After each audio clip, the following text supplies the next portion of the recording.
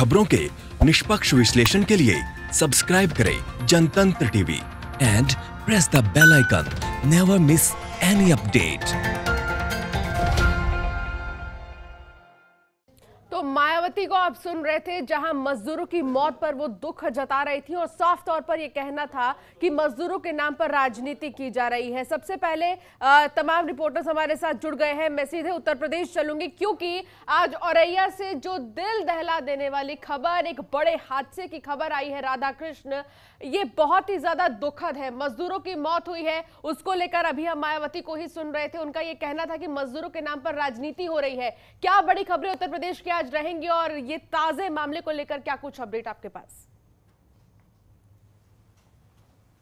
इसका देखिए, बहुत ही बड़ी घटना हुई है औरैया में, और ये प्रशासनिक और पुलिस की नाकारेपन का नतीजा है, उनकी लापरवाही का नतीजा है। खास तौर से पूरी सरकार को कटघरे में खड़ा कर दिया है। जो स्थानीय पुलिस के अफसर थे, जो स्थानीय प्रशासन है, आरटीओ है, पूरी ट्रकों में ताक झांक करने के लिए जाने वाले ये पुलिसकर्मी, जब मजदूर अपने घरों की तरफ पलायन कर रहे हैं, मजदूर जा रहे हैं जैसे तैसे, और तब जब मुख्यमंत्री एक दिन पहले सख्त निर्देश दे रहे हैं कि ट्रकों में जा रहे मजदूरों को रोका जाए, उनको खाना खिलाया जाए, उनको पानी पिलाया जाए, उनकी देखभाल की जाए और उसके बाद उनको बसों के जरिए सुरक्षित तरीके से उनकी जगह भेजा जाए, उसके बाद भी ये अफसर नहीं सुनते।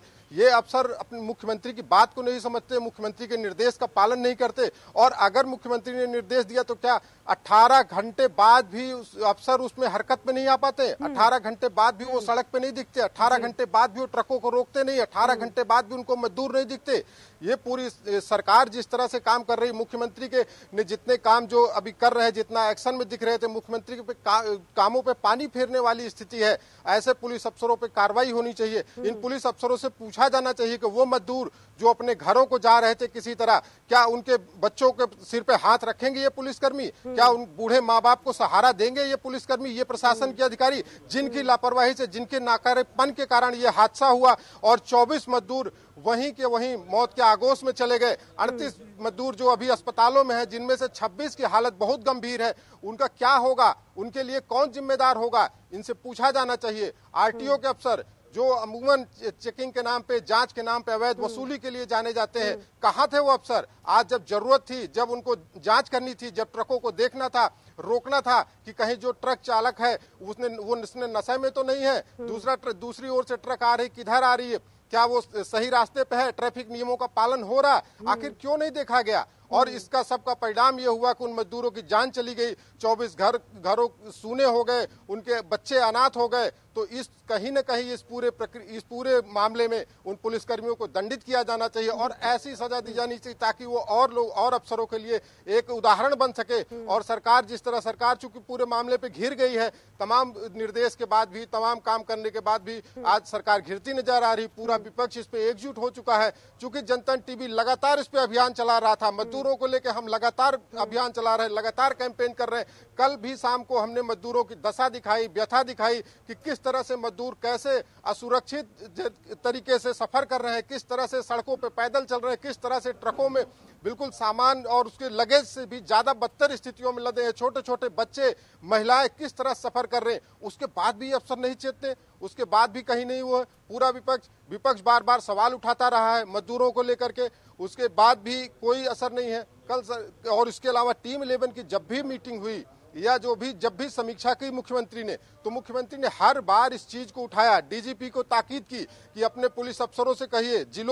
जिलों के कप्तानों को कहिए, थानों को कहिए, सीओ को कहिए कि वो सड़क पर रहे, सड़क से गुजरने वाले वाहनों पर नजर रखें, मजदूरों का ध्यान दें, मजदूर कहीं कोई दुर्घटना न होने पर। लेकिन उसके बाद भी अंशिका इस तरह की दुर्घटनाएं होती हैं और लगातार हो रही हैं। ये औरैया हादसा चूंकि बहुत बड़ा है, इसलिए इतना शोर मच रहा। मुजफ्फरनगर में होता है, सहारनपुर में होता है, ये लगातार एक सिलसिला है। लेकिन पुलिस नहीं चेतती, अफसर नहीं चेत रहे, प्रशासन को कोई परवाह नहीं है। आरटीओ के अफसर कहाँ है? पता इसकी क्यों नहीं, इसकी पड़ताल की। आरटीओ के अफसर कहाँ रहते हैं? सड़कों पे होना चाहिए उनको। उनकी पेट्रोलिंग कहाँ है? रात में उनकी पेट्रोलिंग होती है आरटीओ की, कहाँ थी वो पेट्रोलिंग? क्या उस सड़क पे कितनी देर पहले पेट्रोलिंग हुई थी? और पुलिस की गश्त कहाँ थी? पुलिस की कोई वो नहीं थी पेट्रोल पे। और अंशिका एक चीज, ऐसे में अगर पुलिस गायब है, आरटीओ गायब है, प्रशासन के अधिकारी गायब है, रात में सड़क पे इस तरह के हादसे होते हैं, कल को लूट डकैतियां भी होंगी। तो इस पे कहीं न कहीं सरकार को चेतना चाहिए, सरकार को समझना चाहिए। और इस तरह से अगर इसी तरह के हादसे होते रहे तो सरकार लगातार घिरती रहेगी। जो सारे प्रयास हैं मजदूरों को विस्थापित करने के, मजदूरों को बसाने के, मजदूरों के भरण पोषण के, वो सारे प्रयास पे पानी फिर जाएगा। जैसा कि आज हुआ, इस तरह के हादसे एक बदनुमा दाग है, चाहे वो कोई भी सरकार हो, चाहे कोई भी प्रशासन हो। और इसको कहीं न कहीं मुख्यमंत्री भी समझ रहे हैं, सरकार भी समझ रही। लिहाजा यही कारण था सुबह मुख्यमंत्री ने सबसे पहले संवेदना जताने के साथ अफसरों से पूछताछ की, अफसरों को भेजा, वहां पे एक जांच टीम गठित करी, मंडलायुक्त को भेजा है जांच के लिए, आईजी भी उसकी जांच कर रहे हैं। लेकिन ये सब बाद की चीजें हुई। अगर थोड़ा सा सतर्क रहता पुलिस प्रशासन तो इस हादसे को रोका जा सकता था। वो 24 मजदूर आज जिंदा होते। और उस हादसे के बाद भी अंशिका, जो मेरे पास रिपोर्ट है, उस हादसे के काफी देर बाद पुलिस वहां पहुंच सकी। उनको जो मदद मिलनी चाहिए थी, जो 20 मजदूर वहीं पे मौके पे दम तोड़ गए थे, 4 मजदूर जिनको अस्पताल ले जाते समय जिन्होंने दम तोड़ दिया, तो शायद वो अभी हो सकता है कि वो जिंदा होते अगर समय से उनको अस्पताल पहुंचाया गया होता, एम्बुलेंस समय से आ जाती, पुलिस समय से आ जाती। तमाम रिपोर्टर्स अलग अलग राज्यों से हमारे साथ बने हुए हैं जो अपने राज्य की हर बड़ी खबर आपसे रूबरू करा रहे हैं। श्रीकांत, ब्रेक पर जाने के पहले मजदूरों का जो मुद्दा है उसको लेकर मैं चर्चा कर रही थी राधाकृष्ण से। उत्तर प्रदेश में जो 24 मजदूरों की मौत हुई है उसका जिम्मेदार कौन, ये बड़ा सवाल है। जितने भी मजदूर थे बिहार झारखंड के मजदूर थे। सबसे पहले क्या वहां के मुख्यमंत्री का या किसी का भी कोई बयान सामने आया है मजदूरों को लेकर? देखिए, सुबह सुबह ही मुख्यमंत्री ने संवेदना व्यक्त की है और बिहार के जो पुलिस अधिकारी हैं उनको भी मामले की जानकारी लेकर कार्रवाई करने का आदेश दिया है। तो ये ज़्यादातर मजदूर बिहार के हैं, झारखंड के हैं, बंगाल के हैं और ऐसे लगातार हादसे उत्तर प्रदेश में हो रहे हैं और ये चिंता बढ़ाने वाले हैं।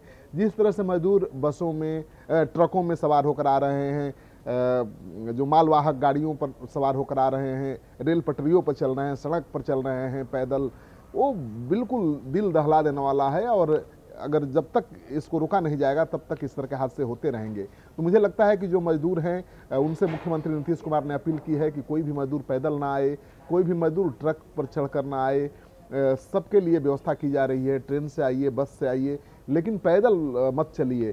तो बार बार आग्रह मुख्यमंत्री कर रहे हैं, लेकिन मुख्यमंत्री को भी समझना पड़ेगा कि जो मजदूर हैं उनके पास कोई चारा नहीं है।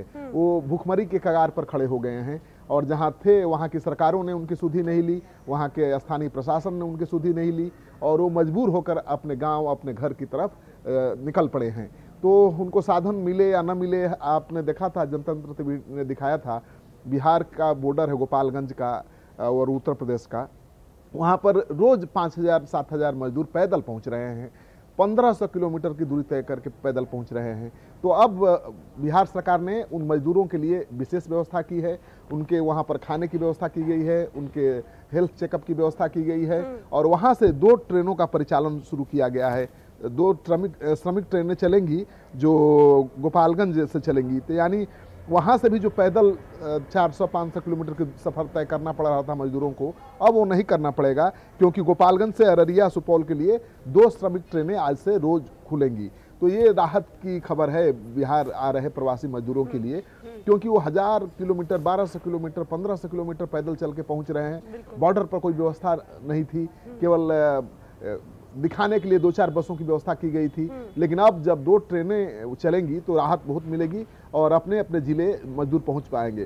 सबसे बड़ी बात है कि बिहार में कोरोना का संक्रमण काफ़ी तेज रफ्तार से बढ़ रहा है। अब तक 1012 मामले आ चुके हैं संक्रमण के और इसमें से 400 मामले हैं प्रवासी मजदूरों के। तो जो प्रवासी मजदूर आ रहे हैं, फिजिकल डिस्टेंसिंग का पालन नहीं हो रहा है ट्रेनों में कहिए या बसों में, उसका असर ये है कि संक्रमण काफ़ी तेज रफ्तार से फैल रहा है। और जो जानकार हैं उनका कहना है कि अगर ज़्यादा सैंपल की जांच हो तो हजारों हजार श्रमिक कोरोना से संक्रमित पाए जाएंगे। तो बिहार सरकार की चुनौती बहुत बढ़ गई है, क्योंकि 6 पहले ही मर चुके हैं और जिस तरह से रोज सैकड़ों लोग संक्रमित सामने आ रहे हैं तो स्थिति गंभीर होती जा रही है। मुख्यमंत्री ने हर रोज 10,000 सैंपल की जांच का आदेश दिया है, लेकिन हो रहा है केवल 800-900 सैंपल की जांच। तो 10 गुना और बढ़ाना है सैंपल। तो ये मुझे लगता है कि स्वास्थ्य महकमा के बुत्ते की बात नहीं है। जो मुख्यमंत्री ने निर्देश दिया है उसका पालन स्वास्थ्य महकमा शायद ही कर पाएगा। और सबसे खास बात है हंसिका कि स्कूल, कॉलेज, कोचिंग को खोलने का निर्देश दिया गया है, लेकिन स्कूल खुलेंगे, कोचिंग भी खुलेंगे, छात्र नहीं जाएंगे। जो टीचर हैं वो जा सकते हैं, ऑनलाइन पढ़ाई की तैयारी कर सकते हैं, छात्रों को व्हाट्सएप के जरिए, मेल के जरिए मटेरियल भेज सकते हैं। तो पटना के जो कमिश्नर हैं उन्होंने स्कूल खोलने का आदेश दे दिया है और कोचिंग खोलने का आदेश दे दिया है, क्योंकि 50 दिन से कोचिंग और स्कूल बंद हैं। तो वहाँ अब शिक्षक जा सकेंगे, ऑनलाइन पढ़ाई की तैयारी करा पाएंगे और ऑनलाइन पढ़ाई कई स्कूलों ने शुरू भी कर दी है। महत्वपूर्ण जानकारी बिहार की खबर बिहार की जिस पर हमारी और साफ तौर पर, लेकिन राजस्थान का मैं रुख करूंगी अब सीधे। अरविंद पलावत हमारे संवाददाता हमारे साथ जुड़े हैं। अरविंद, राजस्थान में लॉकडाउन 4 को लेकर कहां-कहां रियायत दी जाएगी? लॉकडाउन 3 खत्म होने में महज एक दिन है, यानी कि कल लॉकडाउन 3 खत्म हो जाएगा और अब लॉकडाउन 4 की शुरुआत हो जाएगी नए रूप और नए रंग से। तो क्या रियायतें दी जाएंगी लॉकडाउन 4 में राजस्थान में? जी बिल्कुल, देखिए लॉकडाउन 4 की यदि बात की जाए तो लॉकडाउन 4 में कई जो रियायतें हैं वो यहाँ पर मिल सकती है। हालांकि उससे पहले लॉकडाउन 3 में भी काफी कुछ रियायतें यहाँ पर मिली हैं और एक टाइम बाउंड यहाँ पर किया गया है कि सुबह 7 से और शाम 7 बजे तक जो गतिविधियां हैं वो रहेंगी। और माना जा रहा है कि लॉकडाउन 4 के अंदर कुछ और रियायतें दी जा सकती है, लेकिन जो टाइम बाउंड है वो यहाँ पर लॉकडाउन 4 में भी रहेगा। और जिस तरह से अब देखा जाता है कि 7 बजे आखिरी समय होता है, लोग अपने घरों पर पहुंच जाए, 6 बजे तक ऑफिसेज हैं, शॉप्स हैं, उनको बंद करने का आदेश जारी किया हुआ है। तो यही आदेश जो है वो लॉकडाउन 4 में रहेगा। इसके साथ लगभग जो छूट है वो यहाँ पर लॉकडाउन 3 के अंदर दी जा चुकी है, चाहे उसमें उद्योग धंधों की बात हो, चाहे उसमें शॉप्स की बात हो, चाहे रेस्टोरेंट्स की बात हो, ये सभी जो है इनको खुलने के आदेश यहाँ पर जारी हुए हैं। हालांकि जैसे रेस्टोरेंट है, मिठाई की शॉप्स हैं, वहां पर ये चीज कह दी गई है कि टेक अवे और होम डिलीवरी ये दोनों चीज वहां शुरू रहेगी और लॉकडाउन 4 में भी यही रहने वाला है। यानी कोई भी व्यक्ति वहां जाकर के और कुछ खाना पीना नहीं कर सकेगा और अपने घर पर ला करके और वहीं पर जो है मिठाई हो या खाना हो वो खा सकेगा। तो ऐसी स्थिति में लॉकडाउन 4 में भी ये सब चीजें यहाँ पर देखने को मिल सकती है। हालांकि कुछ रियायत ये हो सकती है कि जो गवर्नमेंट ऑफिसेज है उसमें जो स्टाफ बुलाया जा रहा है वो उनकी संख्या थोड़ी है वो बढ़ाई जा सकती है। हालांकि 1/3 जो है उनको घर से ही वर्क फ्रॉम होम जो है वो करने की बात यहाँ पर कही जा सकती है। और इसके साथ ही दूसरी बात करें कोरोना को लेकर, तो कोरोना का जो नया आंकड़ा है वो आज आ चुका है और पिछले 3 दिन से हालत काफी गंभीर है। एक दिन 202 केस थे, अगले दिन 206 और कल 213 केसेस यहाँ पर थे। लगातार जो वृद्धि है वो यहाँ पर केसेस में हो रही है और 200 से ऊपर जो आंकड़ा है वो रोज पहुंच रहा है। और आज सुबह का जो अब आंकड़ा है वो 91 पेशेंट से 91 वो यहाँ पर कोरोना पॉजिटिव और पाए गए हैं। इसके साथ ही जो संख्या बढ़कर है वो 4838 यहाँ पर हो चुकी है। और ये जो 91 पेशेंट्स आए हैं इसमें उदयपुर के 9 है, कोटा का 1 है, झुंझुनू का 1 है, डूंगरपुर से 21 केसेस जो हैं ये यहाँ पर सामने आए हैं, भरतपुर से 1, सिरोही से 1 और अजमेर से 1।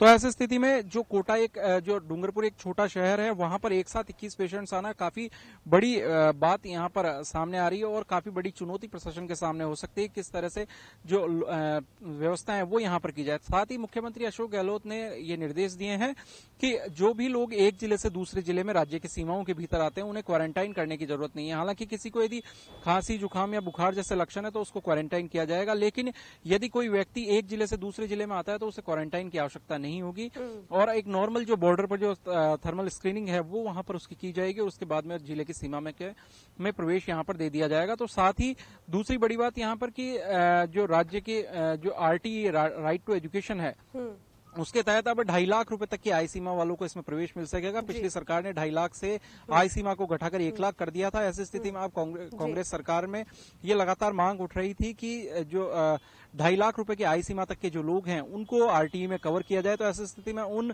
स्टूडेंट्स को, उन पेरेंट्स को एक बड़ी रिलीफ मिलेगी जिनकी आय 2.5 लाख रुपए पर ईयर तक है और वे गैर सरकारी जो स्कूल है जिसमें कई नामचीन स्कूलें भी शामिल है वहां पर जाकर के स्टूडेंट्स जो है पढ़ाई कर सकेंगे। तो ये महत्वपूर्ण बातें राजस्थान की आप बता रहे हैं। अब मैं सीधा रुक करूंगी मध्य प्रदेश का। शरद, क्या कुछ मध्य प्रदेश की बड़ी खबरें हैं? देखिए, जो खबरें पूरे देश भर में खबरें हैं कोरोना की बड़ी खबर के रूप में, वही खबर मध्य प्रदेश में है। 4600 के ऊपर कोरोना पॉजिटिव का आंकड़ा निकल चुका है और मरने वालों की संख्या भी 239 हो चुकी है, जिसमें भोपाल में 35 और इंदौर में तकरीबन 99 मौत हो चुकी है और उज्जैन में 47 डेथ अब तक इस मामले को लेकर हो चुकी है।